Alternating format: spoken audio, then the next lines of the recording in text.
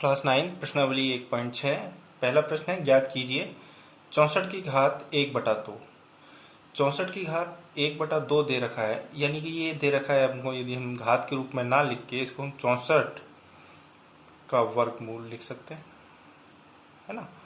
ये अपन को मालूम होना चाहिए कि इसकी घात 1/2 है। अब इसको हल करने के लिए हमें 64 को ऐसे दो भागों में बांटना पड़ेगा, क्योंकि यहाँ बटा 2 लिखा हुआ है 2, तो दो भागों में, दो अंकों में ऐसा बांटना पड़ेगा जिनका आपस में गुणा करने पर 64 आता हो। तो इसके लिए बहुत सारी प्रैक्टिस की जरूरत है ना। तो यहाँ पर हम देखते हैं कि 8 गुणा 8 क्या होता है, 64 होता है। तो पूरे की घात कितनी हो गई, 1/2 हो गई। इसको लिख दिया हमने, 64 की घात 1/2। अब इनके ऊपर घात कितनी है, 8 और 8 के ऊपर 1, तो क्या लिख सकते हैं, 8 की घात 1 + 1 की पूरी घात 1/2, है ना। तो 8 की घात कितनी हो गई, 2 हो गई, और ये घात के ऊपर घात नियम हो गया, तो 1/2। तो 1/2 से 1/2 कट गया, तो क्या आया, 8 की घात 1। उत्तर कितना आया, 8 आंसर। तो ये प्रैक्टिस से जाएंगे। यहाँ पे देखो नियम लग रहा है a की घात m + n का, है ना। यानी कि दो अंक जो हैं समान आधार के हैं और जिनकी घातें एक एक दे रखी है, तो m + n हो गया। तो यहाँ पे एक साथ कई नियम लगेंगे, जरूरी नहीं है कि एक क्वेश्चन में एक ही नियम लगे, कई साथ नियम लग सकते हैं। और यहाँ a की घात m की होल घात n, है ना, ये एक साथ नियम कई लग रहे। तो ये बहुत सारी प्रैक्टिस करने के बाद ही हम इनको अच्छे से कर पाएंगे। दूसरा सवाल देखें हम इसके अंदर, तो 32 की घात 1/5, 1/5। अब क्या करेंगे, हम 32 को ऐसे बराबर अंकों में बांटेंगे जिनका आपस में 5 बार गुणा करने पर कितना हो अपने पास, 32 आ जाए। तो ऐसा हम यहाँ पर देख लेते हैं कि क्या किसको करने से, तो 2 गुणा 2 गुणा 2 गुणा 2 और गुणा 2। अब यहाँ पर देखें तो 1/5 लिख दिया हमने यहाँ पर। तो 2 दूनी 4, 4 दूनी 8, 8 दूनी 16, 16 दूनी 32, तो 32 के बराबर हो गया। अब इन सब की घात कितनी है, यहाँ पर एक एक है सबकी, एक घात को हम जनरली लिखते नहीं है, तो एक की घात, अब यहाँ पर 2 की घात क्या हो जाएगी, इन सबको प्लस कर लो, 1 2 3 4 5, 5, तो बराबर 2 की घात 5 गुना 1/5, 5 से 5 कट गया, 2 की घात 1, तो उत्तर कितना हो गया, 2 आंसर, है ना। तो ये बहुत सारी प्रैक्टिस के बाद ही अपन ज्ञात कर पाएंगे। और एक अभाज्य गुणनखंड विधि भी है जिसके कारण, जिससे हम इसको आसानी से कर सकते हैं। जो जनरली बच्चे उसको एलसीएम वाला बोलते हैं, एलसीएम के लासापा ले लेते हैं। तो मैं इस प्रश्न को कंप्लीट होने के बाद वो बताऊंगा आपको। तीसरा प्रश्न है इसके अंदर, पहले का तीसरा पार्ट है 125, 125 की घात 1/3। तो अब इसको हम 25, पीछे 5 आ रहा है, तो जनरली 5 के पाड़े में ही 5 5 5 होता है। तो हम यहाँ पर देखें 5 गुणा 5 गुणा 5 कर देते हैं। क्यों किया, क्योंकि 3 अंक नीचे हर में 3 आ रहा है, इसके भाग जो है घातांक में, घात के अंदर 3 आ रहा है, तो 3 कर दिया हमने, 1/3। अब यहाँ देखें 5 25, 25 पंजे 125, सबकी घात कितनी है, एक एक है। तो यहाँ पर क्या हो जाएगा, 5 की घात 3 गुणा 1/3 बराबर 5 3 1/3, 3 से 3 कट गया, तो 5 की घात 1 बराबर 5 आंसर, है ना। अब जो मैं कह रहा था आपको बताने के लिए कि कैसे पता चलेगा, सर आपने 64 का 8 × 8 ही लिया, है ना। तो हम यहाँ पर देखें कि अभाज्य गुणनखंड जो विधि है उसका प्रयोग कर सकते हैं। तो मैं यहाँ पर रफ में एक बार बता रहा हूँ आपको कि किस टाइप से करेंगे। जैसे हम यहाँ पर ले लेते हैं 64 ही ले लेते हैं, तो इसको हम 2 से गुणा करते जाए, है ना, 2 से भाग करते जाए, तो कितना आएगा यहाँ पे 32, फिर 2 से किया 16, फिर 2 से किया तो कितना आएगा 8, फिर 2 से किया हमने तो 4, फिर 2 से किया तो कितना आएगा 2, फिर 2 से किया तो कितना आएगा 1। तो यहाँ पर 2 2 के जोड़े बना दिए, 1 2 3, तो ये क्या हो गया 4, ये हो गया 4, ये हो गया 4। तो 4 की घात 3 हो गया। लेकिन यदि हम यहाँ पे ये इसको और इसको ले लें 3, क्योंकि है अपने पास 3 ही बनाने, तो ये यहाँ से यहाँ तक हो गया। तो ये हो जाएगा 8 और ये हो जाएगा 8। तो इससे अभाज्य गुणनखंड करके भी अपन कर सकते हैं, है ना। तो यहाँ पर ये देखो कि बटे में कौन सी संख्या है। इसी तरह से प्रश्न नंबर 2 देखते हैं। प्रश्न नंबर 2 क्या कहता है? प्रश्न नंबर 2 में भी वही दे रखा है आपके पास, 9 की घात 3/2। तो 9 को 2 ऐसे अंकों में बांटें जिससे आपस में गुणा करने पर 9 आ जाए। तो हमें मालूम है 3 × 3 कितना होता है? 9 होता है। तो 3 × 3 हमने लिख दिया और ये हो गया 3/2, है ना। तो अब 3 की घात कितना हो जाएगा? 3 की घात 2 हो जाएगा और होल घात कितनी हो जाएगा? 3/2। अब इसको हम क्या लिख सकते हैं? 3 की घात 2 गुणा 3/2। तो 2 से 2 कट गया तो कितना आया? 3 की घात 3 और 3 की घात 3 कितना होता है? 3 गुणा 3 गुणा 3। तो 3 त्रिका 9, 9 × 3 = 27 आंसर।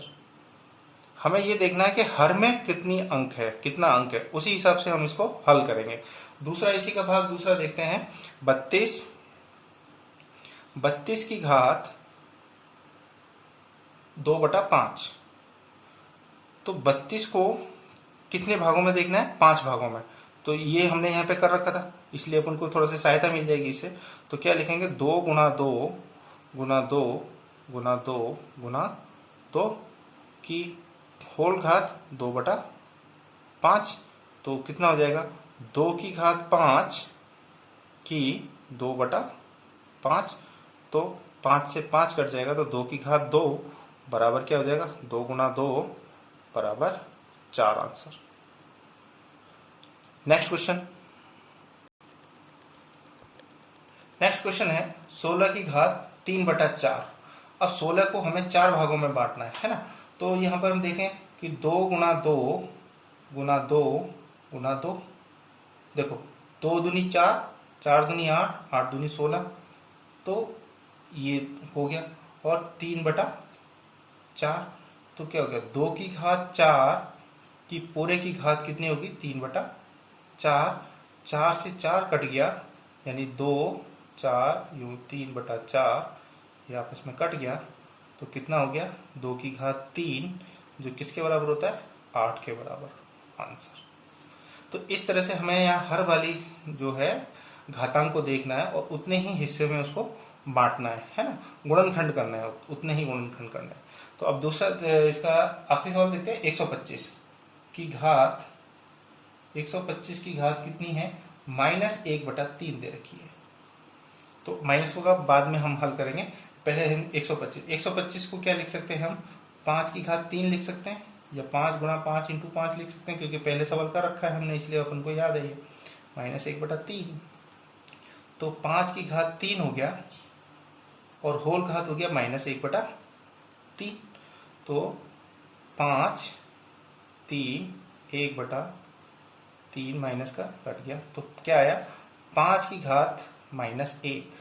और 5 की घात -1 को हम क्या लिख सकते हैं? 1/5 लिख सकते हैं। तो ये हो गया इसका आंसर। अब प्रश्न नंबर 3 देख लेते हैं। प्रश्न नंबर 3 क्या है? प्रश्न नंबर 3 में दे रखा है 2 की घात 2/3। ये पॉइंट दे रखा है, पॉइंट का यहाँ मतलब है गुणा 2 की घात 1/5। यानी मैं इसको यूं लिख सकता हूँ, इस पॉइंट से आप कंफ्यूज नहीं होना, ये डेसिमल नहीं है। 2 की घात 2/3 गुणा 2 की घात 1/5। तो यहाँ देखो आधार समान है तो घातें जुड़ जाएंगी अपने।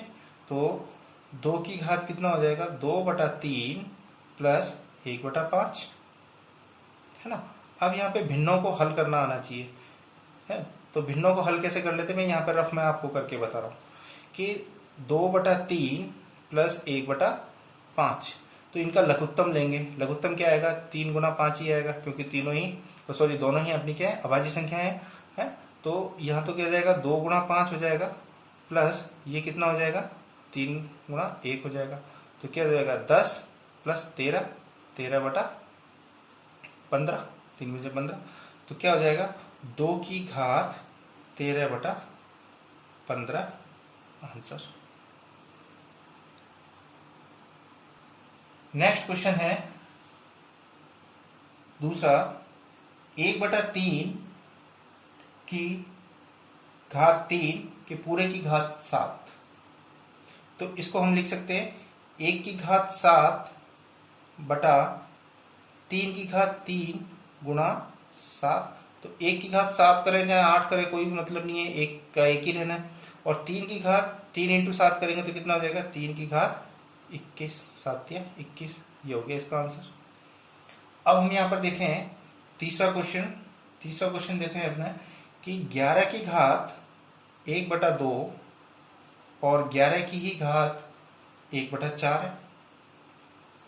तो यहाँ भाग वाला नियम लग जाएगा, घातें घट जाएंगी, आधार समान है। तो क्या हो जाएगा, 11 की घात 1/2 माइनस 1/4। अब ये भिन्नों को हल करना आना चाहिए। तो 1/2 में से 1/4 जाएगा तो क्या बचेगा, तो यहाँ पे हम क्या लगेंगे, लघुत्तम लेंगे, 4 आएगा। तो 2 गुना 2 माइनस 1, है ना। 2 कैसे कि 2 से भाग दिया, 2 बार गया, 2 को फिर 2 से 1 से गुणा कर दिया, है ना। तो ये हो जाएगा अपने पास, तो कितना हो जाएगा, 2 माइनस 1/4 यानी 1/4, यानी आधे में से चौथाई निकाला तो कितना बचा अपने पास, चौथाई बचा। तो 11 की घात 1/4 आंसर। अब है हमारे पास 7, चौथा सवाल, 7 की घात 1/2 गुणा 8 की घात 1/2। तो यहाँ आधार अलग अलग है लेकिन घातें समान है। तो क्या हो जाएगा, आधार अंक आपस में गुणा हो जाएंगे और घातें दोनों की कॉमन हो जाएगी, है ना। तो 8 सत्ते कितना होता है, 56, 56 की घात 1/2 आंसर। ये इस तरह से हमने ये प्रश्नावली कंप्लीट की। बस इसमें एक तो भिन्नों को जोड़ना आना चाहिए, घटाना आना चाहिए, भिन्नों का गुणा करना आना चाहिए, जो कि हमने छोटी क्लासेस में सीख रखा है। तो उसका अच्छे से प्रैक्टिस करनी है। तो इन्हीं नियमों को आपको ध्यान रखना है। और ये हमेशा जो घातें आएंगी वो परिमेय संख्याओं में आएगी, क्योंकि पाठ ही जो है अपना संख्या पद्धति है जिसके अंदर वास्तविक संख्याएं ली गई है ना। और जो हमने छोटी क्लासेस में सीखा था वो पूर्णांकों के साथ घातांक देकर। तो इस तरह से ये प्रश्नावली कंप्लीट होती है। आपको नया चैप्टर स्टार्ट करेंगे नेक्स्ट वीडियो।